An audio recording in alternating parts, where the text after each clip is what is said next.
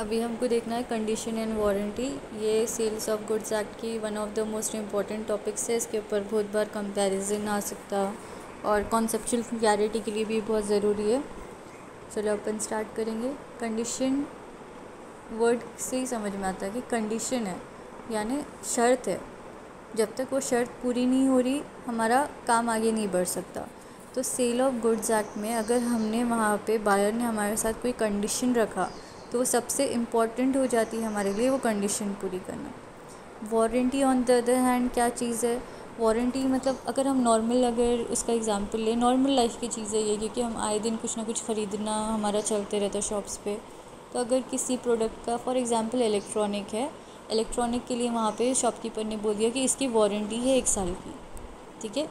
अगर वारंटी में वो चीज़ ख़राब हो गई तो वो लोग वो चीज़ को या तो रिप्लेस करेंगे या तो ठीक करके देंगे, ठीक है। तुम केस नहीं कर सकते उनके ऊपर कि ये वारंटी में था और ख़राब हो गया और क्यों ख़राब हो गया और कैसे ख़राब हो गया। लेकिन अगर कंडीशन है और कंडीशन तुमको ख़रीदने के बाद पता चलेगी फुलफ़िल नहीं होती, तो वहाँ पे हम केस करने का राइट भी रख सकते हैं। हम वापस गुड्स कर सकते हैं, हम वहाँ पे उनको कोर्ट में भी लेके जा सकते हैं, हम डैमेजेस भी क्लेम कर सकते हैं। तो कंडीशन मोर इम्पॉर्टेंट है, ज़्यादा ज़रूरी है हमारे लिए समझना, मतलब मोर सेंसिटिव है। और वारंटी इतनी सेंसिटिव नहीं है। अब क्या है मैं आगे बताती हूँ। देखो, फर्स्ट जो डेफिनेशन दिया हुआ है कंडीशन एंड वारंटी का, साथ में डिस्टिंग्विश के तौर पे डेफिनेशन दिया हुआ है लॉ में। तो फर्स्ट वाला जो डेफिनेशन है वो सेक्शन 12(1) में है, सबसेक्शन 1 में क्या है? Provides that a stipulation in a contract of cell with reference to goods which are the subject there of may be a condition और अ वारंटी। स्टिपुलेशन का मतलब मैंने नीचे कंडीशन का जो डेफिनेशन है उसके साथ ब्रैकेट में डाल दी थी, बिकॉज मेरे को पता था तुम लोग पूछेंगे मैम स्टिपुलेशन का मतलब क्या है। तो देखो वहाँ पे कंडीशन के अंदर means to demand that it be part of an agreement. Stipulation यानी एग्रीमेंट का एसेंशियल पार्ट है, ठीक है। अब यहाँ पे क्या बोल रहा? Contract provided that a stipulation in a contract of cell with reference to goods which are the subject there of may be a condition और अ वारंटी। कॉन्ट्रैक्ट में एक एसेंशियल पार्ट है, मतलब ज़रूरी चीज़ है, डिमांड के साथ हमने उसको ऐड करे हुए है, तो वो या तो कंडीशन है या तो वारंटी है। ऐसी चीज़ हो सकती है, हम कॉन्ट्रैक्ट ऑफ सेल में कंडीशन भी रख सकते और हम वारंटी भी दे सकते, दोनों भी चीज़ें हो सकती, या तो ये होंगी या तो वो होंगी, ठीक है।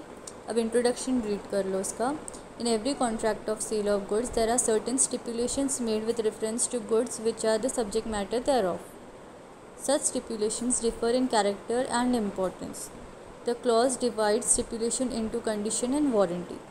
जिस तरीके की वहाँ पे हम क्लॉजेस रख रहे, हम शर्तें रख रहे, हम डिमांड्स रख रहे या हम वहाँ पे रिक्वायरमेंट्स रख रहे, उस हिसाब से वो वर्ड्स चेंज होते, कंडीशन और वारंटी। और कंडीशन है तो उसकी स्टैंडिंग लॉ में क्या है, और वारंटी है तो उसकी स्टैंडिंग लॉ में क्या है, वो हमको देखना है। कंडीशन वर्ड जो मतलब है उसका वही उसका मीनिंग लॉ में भी है कि एक कंडीशन है जो हमारे सेल जिसके ऊपर हमारा डिपेंड करता, वो शर्त पूरी होने पे ही हमारा सेल कंप्लीट होता और ट्रू माना जाता, ठीक है। तो अब यहाँ पे कंडीशन अगर पूरी नहीं हुई तो सेल वहाँ पे नहीं हो सकता। तो मेन पर्पस हो गया, सब्जेक्ट मैटर का मेन पर्पस हो गया, इम्पॉर्टेंट पॉइंट हो गया, सेल के होने और नहीं होने पे डिपेंड करता, बहुत इम्पॉर्टेंट पॉइंट हो जाता कंडीशन पूरी होना। तो यहाँ पे वही चीज़ है। अब मैं रीड कर रही डेफिनेशन है, ये मॉड्यूल का डेफिनेशन है, बीच में ब्रैकेट में जो वर्ड्स है वो खाली मीनिंग के लिए मैंने ऐड करे थे। देखो अभी a condition is a stipulation. I hope अभी स्टिपुलेशन का मतलब क्लियर है, मतलब डिमांड पे जो हमने एग्रीमेंट में पॉइंट्स ऐड करवाए। A condition is a stipulation essential to the main purpose of the contract, the breach of which gives a right to treat the contract as repudiated, ठीक है। अब यहाँ पे दो चीज़ें आ रही। एक कंडीशन वो डिमांड वाला इंक्लूडेड वाला पॉइंट है जो एसेंशियल टू मेन पर्पस है, जो मैंने अंडरलाइन करी, मेन पर्पस बहुत इंपॉर्टेंट है। कंडीशन मेन पर्पस है जिस पे कॉन्ट्रैक्ट बना। अगर ये कंडीशन पूरी नहीं हुई तो उसको हम ब्रीच ऑफ कॉन्ट्रैक्ट के जैसा ट्रीट करेंगे और कैंसिल कर देंगे। रिप्यूडिएट करना यानी कैंसिल कर देना, ठीक है। उसको ब्रीच ऑफ कॉन्ट्रैक्ट यानी हमने तोड़ दिए वो कॉन्ट्रैक्ट को, हमने ऑनर नहीं करे, उस तरीके से ट्रीट किया जाएगा। उसी के अपोजिट में वारंटी क्या चीज़ है? A warranty is a stipulation collateral to the main purpose of the contract, the breach of which gives rise to a claim for damages but not a right to reject the goods and treat the contract as repudiated. अब इसका अगर हम देखें, collateral का मतलब है dependable, उससे related, secondary, ठीक है, अलग अलग वर्ड्स है, एक ही उससे रिलेटेड वर्ड्स है। तो अब यहाँ पे क्या बोल रहा है, मेन पर्पस से रिलेटेड है, सेकेंडरी है, ठीक है, क्या, वारंटी। अगर हमने वारंटी को ब्रीच करे तो इसका मतलब ये नहीं है कि हमने कॉन्ट्रैक्ट को ब्रीच करे, इससे कॉन्ट्रैक्ट कैंसिल नहीं होता, इससे सिर्फ हमको ये राइट मिलता कि या तो हम डैमेजेस क्लेम करें या तो हम वो गुड्स को रिजेक्ट कर दें।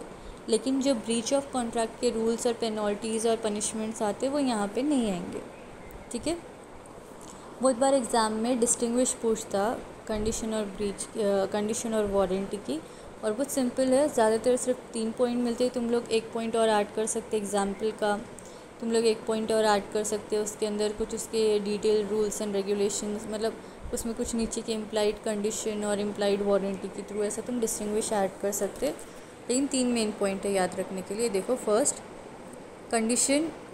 कंडीशन का पॉइंट हम रीड करेंगे।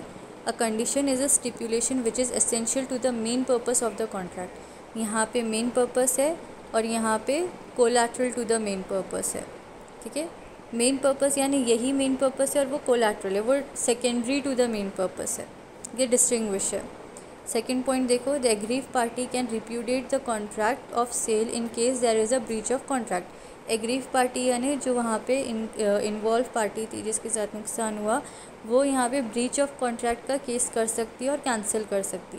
But same cheese, same right warranty में नहीं। The aggrieve party can claim damages only in case of breach of warranty.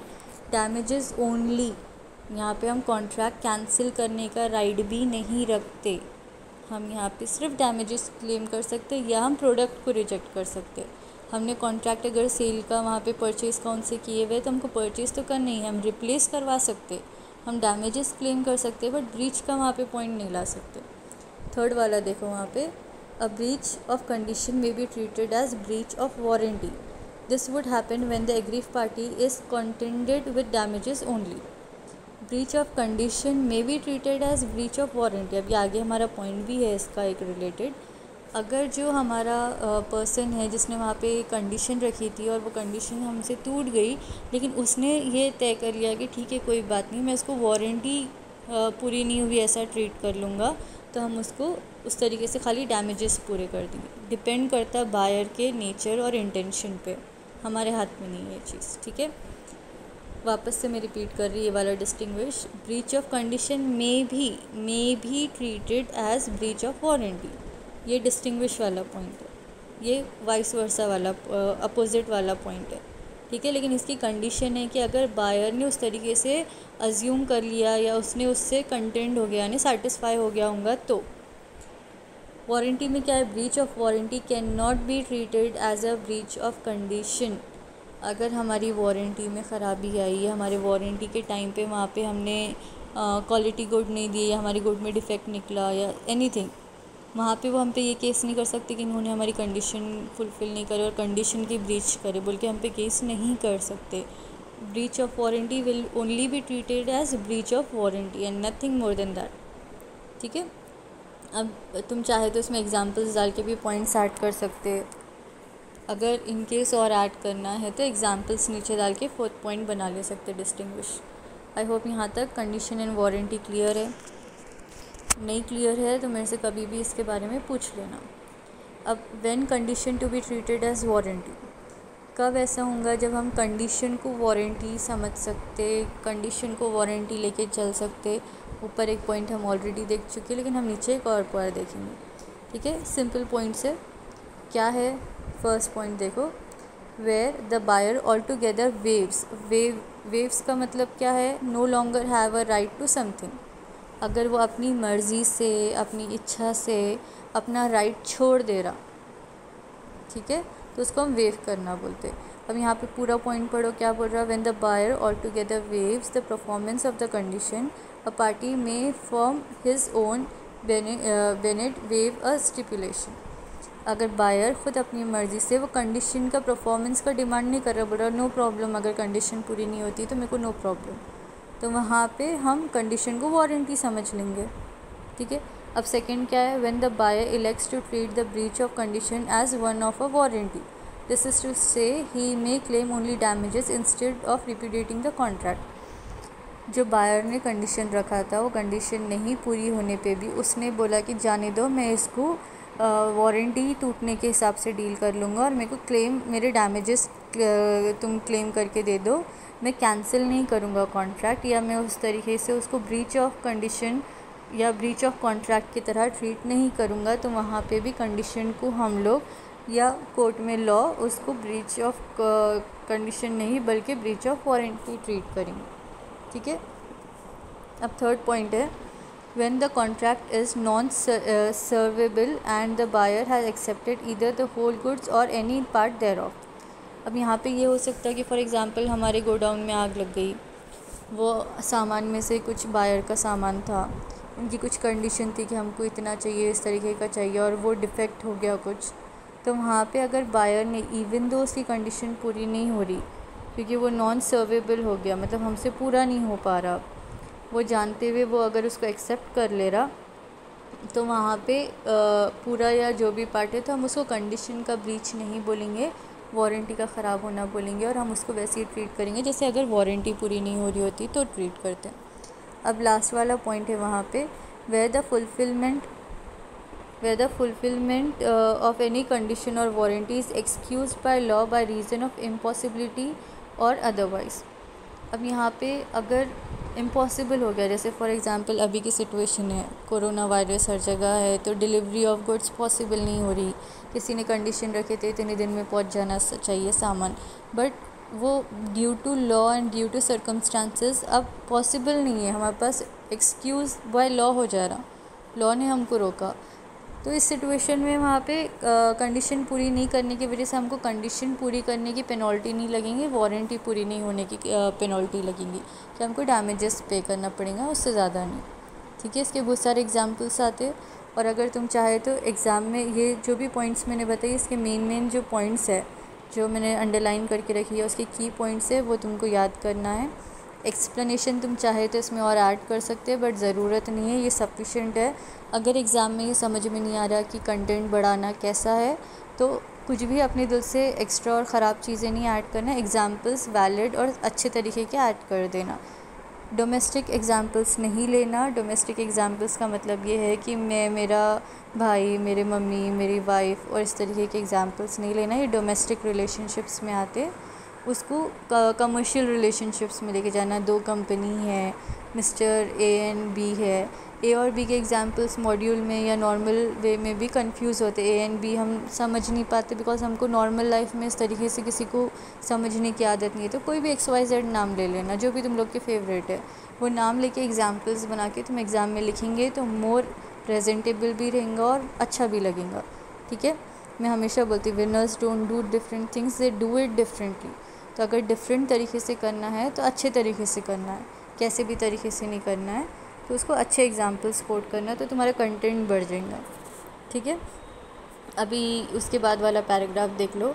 Nothing in this section shall affect the case of any condition or warranty fulfilment of which is excused by law and by reason of impossibility or otherwise. ठीक है। अब ये जो fourth वाली condition थी वो सिर्फ fourth वाली कंडीशन नहीं है और पूरे सेक्शन के लिए है कि अगर कोई भी कंडीशन या वारंटी वहाँ पे इसलिए फुलफ़िल नहीं हो पा रही बिकॉज वहाँ पे एक्सक्यूज बाय लॉ है या इम्पॉसिबल टू परफॉर्म है, तो वहाँ पे उसके लिए कोई भी चार्ज नहीं रहेगा, कोई भी पेनल्टी नहीं रहेगी, कोई ज़ोर ज़बरदस्ती नहीं रहेगी, कुछ भी वहाँ पे ब्रीच का कंडीशन अप्लाई नहीं होगा।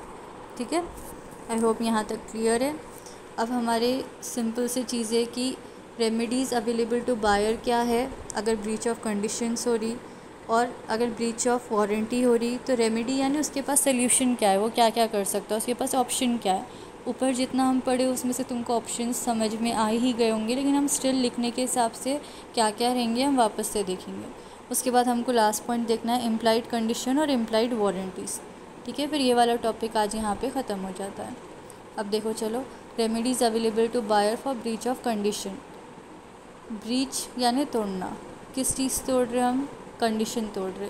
तो कंडीशन अगर सेलर तोड़ दे रहा, जो हमने शर्त रखी थी वो पूरा नहीं कर रहा, उस सिचुएशन में बायर के पास ऑप्शन क्या क्या है, सिंपल चीज़ क्या रहेंगी उसके पास, वो रिजेक्ट कर देगा, वो बोलेगा मेरे पैसे वापस करो।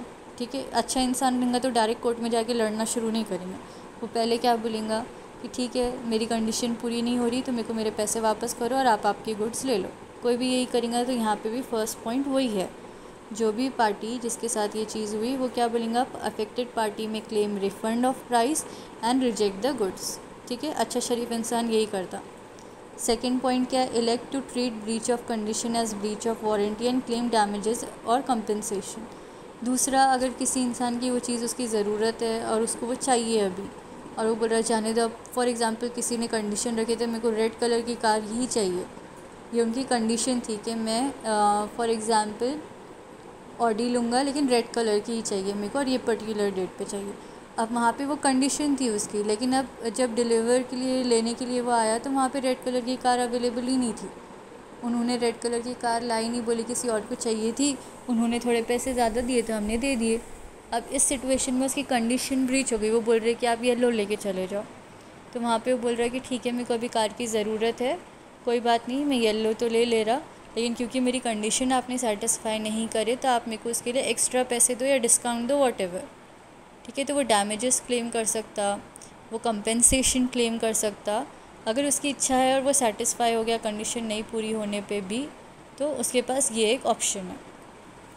थर्ड पॉइंट क्या है, when the affected party treats breach of condition as breach of warranty he can not repudiate the contract but claim damages only. ऊपर का जो पॉइंट था वही नीचे वाले पॉइंट में समझा रहा कि अगर वहाँ पे उसने ट्रीट किया कि ये ब्रीच ऑफ कंडीशन नहीं लेकिन ब्रीच ऑफ वारंटी हो रही, तो रिप्यूडिएट नहीं कर सकता यानी कैंसिल नहीं कर सकता वो कॉन्ट्रैक्ट को, और डैमेजेस ओनली डैमेजेस क्लेम करेंगे वो। अगर ब्रीच ऑफ वारंटी है तो ओनली डैमेजेस मिलते। ठीक है, लास्ट वाला पॉइंट है, no remedies available when the fulfilment of condition is excused by law. Simple सा पॉइंट है ये वाला कि अगर हमारे वहाँ पे कंडीशन पूरी इसलिए नहीं हो पाई बिकॉज लॉ की वजह से हमको एक्सक्यूज़ मिल रहा है या हमारे लिए परफॉर्म करना इम्पॉसिबल हो गया ड्यू टू एनी रीज़न, तो वहाँ पे हमारी कंडीशन नहीं फुलफ़िल करने के वजह से हमारा कोई डैमेजेस हमको देना नहीं है, मतलब हमको वहाँ पे कुछ भी कंडीशंस के ब्रीच के रूल्स अप्लाई नहीं होते। ठीक है, अब consequences of breach of warranty same है, ऊपर से मिलते जुलते कुछ क्या है। फर्स्ट देखो वहाँ पे breach of warranty gives right to claim for damages but not to reject the goods and treat the contract as repudiated. अगर हम वहाँ पे ब्रीच ऑफ वारंटी हो रही तो हम वहाँ पे डैमेजेस क्लेम कर सकते, लेकिन रिजेक्ट नहीं कर सकते और हम कैंसिल भी नहीं कर सकते। ठीक है, ये फर्स्ट वाला ऑप्शन है। सेकंड क्या है, बायर में स्यू फॉर डैमेजेस। अगर हमको सेलर डैमेजेस पूरे करके नहीं दे रहा, हमारी वारंटी पूरी नहीं कर रहा, तो हम केस कर सकते। थर्ड पॉइंट, अगर वहाँ पे इम्पॉसिबल बाय लॉ हो जा रहा, वहाँ पे इम्पॉसिबल टू परफॉर्म हो जा रहा, तो हमको कोई रेमेडी अवेलेबल नहीं है, हमको बियर करना पड़ेगा। ठीक है, अब कंडीशन जो रहती कुछ एक्सप्रेस रहती कुछ इम्प्लाइड रहती है। एक्सप्रेस मैंने यहाँ पे इसलिए नहीं डाली बिकॉज वो एक्सप्लेन करने के लिए अलग से कुछ भी नहीं है। एक्सप्रेस जो हमने स्पेसिफिकली खुद एक्सप्रेस करके बोल के लिखा के लिए हुए उसको एक्सप्रेस कंडीशन बोलेंगे। लेकिन कुछ कंडीशंस ऐसी रहती जो बोल के बताई नहीं जाती, वो इंक्लूडेड रहती, वो कॉमन सेंस वाली पार्ट रहता। ठीक है, लेकिन लॉ कॉमन सेंस पे चलता नहीं, तो लॉ को कॉमन सेंस वाली चीज़ें भी लिख के बताना पड़ता कि देखो ये कॉमन सेंस में आती, क्योंकि हर किसी के पास कॉमन सेंस रहती नहीं। ठीक है, तो यहाँ पे इम्प्लाइड कंडीशंस है। अब इम्प्लाइड कंडीशंस में कौन सी चीज़ें आती तो वो देखेंगे हम। Condition as to title, title यानी ओनरशिप। अब ओनरशिप से रिलेटेड इम्प्लाइड कंडीशन क्या है, अब उसमें से 3 सिचुएशन है, टाइटल के अंदर 3 सिचुएशन है। First, in case of cell seller has right to cell the goods. ठीक है, अगर हम वहाँ पे सेल की बात कर रहे हैं तो वहाँ पे इम्प्लाइड कंडीशन है कि जो बेच रहा उसके पास बेचने का राइट है, यानी वही ट्रू ओनर है। फर्स्ट पॉइंट है, ये इम्प्लाइड कंडीशन है। ठीक है, ये हम मान के चल रहे कि जो हमको बेच रहा वो ओनर है और उसके पास अच्छा टाइटल ऑफ गुड्स है, यानी वही ट्रू ओनर है। Second, in case agreement to sell he will have right to sell when property to pass. अब वहाँ पे अगर एग्रीमेंट टू सेल अगर हम बना रहे तो हम ये बोलेंगे कि पहले तो उसके पास राइट टू सेल है, दूसरा प्रॉपर्टी पास करने का, ट्रांसफ़र करने का भी राइट है। ठीक है, ये हम अज्यूम करके चल रहे हैं, ये हम कॉमन सेंस में लेके चल रहे हैं, ये अपने आप एक कंडीशन हो जाती है हर कॉन्ट्रैक्ट ऑफ सेल में, ये अलग से लिख के बतानी नहीं पड़ती। Third, title is defective. अब मैंने ऊपर भी बताई थी, टाइटल इज़ डिफेक्टिव का मतलब ट्रू ओनर नहीं है जो बेच रहा और वो धोखे से बेच रहा, तो उस सिचुएशन में क्या होगा, return to true owner and recover from seller. तो क्या करेंगे, जो ट्रू ओनर है उसको हम वापस करेंगे सामान, और जिसने डिफेक्टिव इंसान ने, अब उसको डिफेक्टिव ही बोलेंगे ना, उसने गलत काम किया, तो उस इंसान से हम वहाँ पे अपने पैसे रिकवर कर लेंगे। ठीक है, ये इम्प्लाइड कंडीशंस है। सेकंड पॉइंट क्या आता, सेल बाय डिस्क्रिप्शन। अब अगर किसी ने हमको डिस्क्रिप्शन दिए हुए कि हमको गुड्स ऐसी ऐसी ऐसी चाहिए, तो वो कंडीशन हुई। ठीक है, और डिस्क्रिप्शन से हुआ मतलब वहाँ पे डिस्क्रिप्शन देखकर ही कोई ख़रीद रहा, तो वो डिस्क्रिप्शन हमारे लिए इम्प्लाइड कंडीशन हो गई। फॉर एग्ज़ाम्पल, हमने किसी को बोले कि फॉर एग्ज़ाम्पल हमने हमारे गुड्स को इस तरीके से लिखे कि इससे आपकी ये पर्टिकुलर बीमारी ठीक हो जाएंगी। ठीक है, तो वहाँ पे वो जो डिस्क्रिप्शन है कि ऐसा ऐसा इफ़ेक्ट होना चाहिए, तो वो डिस्क्रिप्शन से हमारा प्रोडक्ट मैच करना चाहिए, हमारे प्रोडक्ट का रिज़ल्ट मैच करना चाहिए। अब वो बोल के नहीं बताएंगे कि अरे आपका ये प्रोडक्ट इसके कंडीशंस मैच नहीं कर पा रहे, तो हमारी कंडीशन पूरी नहीं हुई। ये बोल के बताने की चीज़ें नहीं है कि ये कंडीशन है, इसके बेसिस पे हम आपका प्रोडक्ट ख़रीद रहे। ठीक है, ये इम्प्लाइड हो गया, ये एक्सेप्टेबल हो गया, ये अंडरस्टूड हो गया कि ठीक है ये डिस्क्रिप्शन है, या आप इसको इस तरीके से ऐड कर रहे, आप इस तरीके से उसको बता रहे, तो वो उसको ही देख के अगर कोई ख़रीद रहा और उसी को ट्रू समझ के कोई ख़रीद रहा, तो वही उसका कंडीशन हो गया, वही उसकी इम्प्लाइड कंडीशन हो गई। ठीक है, समझ में आ रहा है? होप नहीं समझा तो पूछ लो बाद में। थर्ड पॉइंट है कंडीशन एज टू क्वालिटी और फिटनेस। अगर किसी ने कोई पर्टिकुलर पर्पस के लिए वहाँ पे कोई चीज़ ख़रीदे, फॉर एग्ज़ाम्पल वेट लॉस, ठीक है, सबको बहुत ज़्यादा क्रेज़ है वेट लॉस, तो इसलिए उसका वेट लॉस। अगर किसी को कोई प्रोडक्ट ऐसा मिल रहा है, जैसे टीवी पे अक्सर ऐड आते हैं, आप ये बेल्ट पहनो इससे आपका फ्लैट बेली हो जाएंगी, क्या आप ये करो, कोई पर्टिकुलर एक्सरसाइज करो, आपका वेट लॉस इतने दिन में हो जाएगा। अगर कोई पर्टिकुलर कोई प्रोडक्ट ये बोल के दे रहा है जो क्वालिटी और फिटनेस के हिसाब से एक पर्टिकुलर चीज़ के लिए बोल रहा है, एक पर्टिकुलर पर्पस के लिए वो चीज़ को बेच रहा, अगर वो चीज़ पूरी नहीं होती है, ठीक है, उसका रिज़ल्ट वैसा नहीं आता है, मतलब वो ब्रीच ऑफ कंडीशन होगी। बहुत सिंपल सी चीज़ है ये। ठीक है, अगर कोई बोल रहा है कि ये सर पे तेल लगाओ इससे सर का दर्द चले जाएगा, ठीक है, ऐसे बोल के उन्होंने बेच दिए, कोई कंडीशन वहाँ पे बायर ने नहीं रखा, सेलर ने उस तरीके से वो प्रोडक्ट को बेचा, और वो एक पर्टिकुलर पर्पस के लिए वहाँ पे बायर ने ख़रीद लिया ये देखते हुए कि ये मेरे सर के दर्द को ठीक करेगा, तो उसकी कंडीशन क्या हो गई, वो तेल ने उसके सर के दर्द को कम करना चाहिए। लेकिन अगर यूज़ करने के बाद उसको कोई इफ़ेक्ट नहीं हो रहा, तो वहाँ पे अगर वो केस कर रहा तो वो बिल्कुल वैलिड है, वो कर सकता। क्यों कर सकता? क्योंकि वहाँ पे वो इम्प्लाइड कंडीशन हो जाती फिर। ठीक है, अब फोर्थ पॉइंट देखो, सेल बाय सैम्पल। बहुत बार ऐसा होता है कि हम सेल प्रमोट करने के लिए सैम्पल्स प्रोवाइड करते। अगर सैम्पल हम ये सोच रहे कि चलो सैम्पल बहुत अच्छी क्वालिटी का देंगे, बाद में जब हम दूसरे प्रोडक्ट देंगे तो वो कैसे भी दे देंगे, तो ऐसे नहीं चलता, वही क्वालिटी मैच करना चाहिए। अब ज़्यादातर ये चीज़ कहाँ आती, बल्क में अगर हम कोई प्रोडक्ट ख़रीद रहे, फॉर एग्ज़ाम्पल अगर हम वहाँ पे कॉन्ट्रैक्ट के लिए सैम्पल्स रख रहे और हमको वो सैम्पल पसंद आया तो हम उनको बल्क ऑर्डर कर रहे, तो जब हम बल्क ऑर्डर कर रहे हैं तो बल्क और सैम्पल मैच होना चाहिए, क्वालिटी वाइज, स्टैंडर्ड वाइज, हर तरीके से उनका मैच होना चाहिए।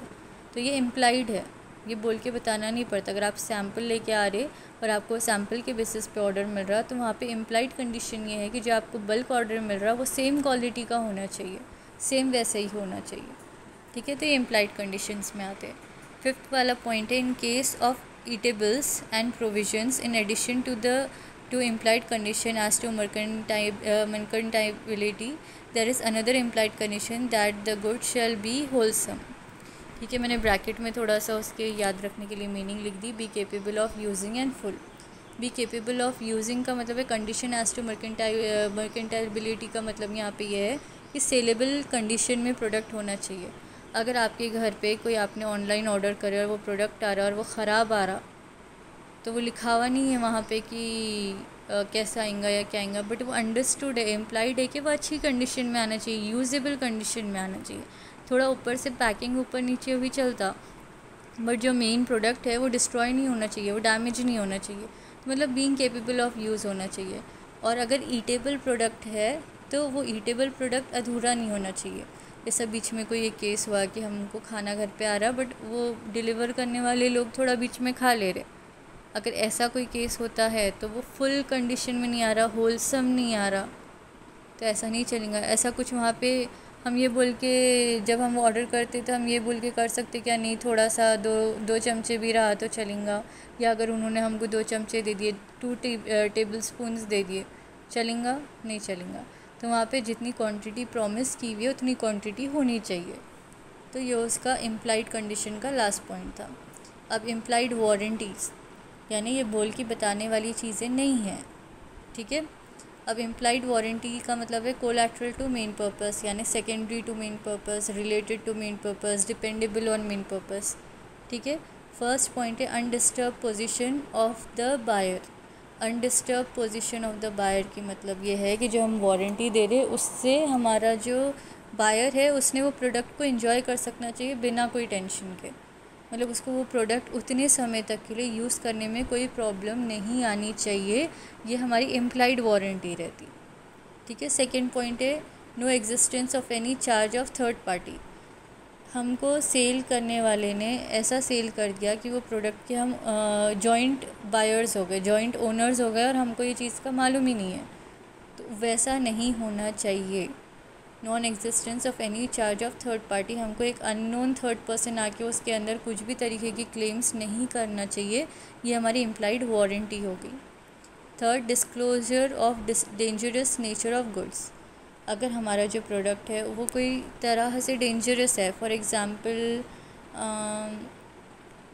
हिट जो स्प्रे आता है मच्छर और कॉकरोच के लिए, तो अगर वहाँ पे ये बोल रहे कि इससे सिर्फ मच्छर और कॉकरोच मरेंगे और कोई चीज़ नहीं मरेंगा, तो हार्मफुल नहीं है, बच्चे भी वहाँ पे खेल सकते हैं उसके अतराफ़ में, या उन्होंने कोई डिस्क्रिप्शन ही नहीं दिया, ऐसा कुछ बताया ही नहीं, और वहाँ पे अगर कोई छोटा सा बच्चा उसके कांटेक्ट में आ गया और उसके लिए बहुत ज़्यादा हार्मफुल हो गया, तो वहाँ पे ये हो जाएगा कि सेलर ने बताया क्यों नहीं कि ये हार्मफुल है।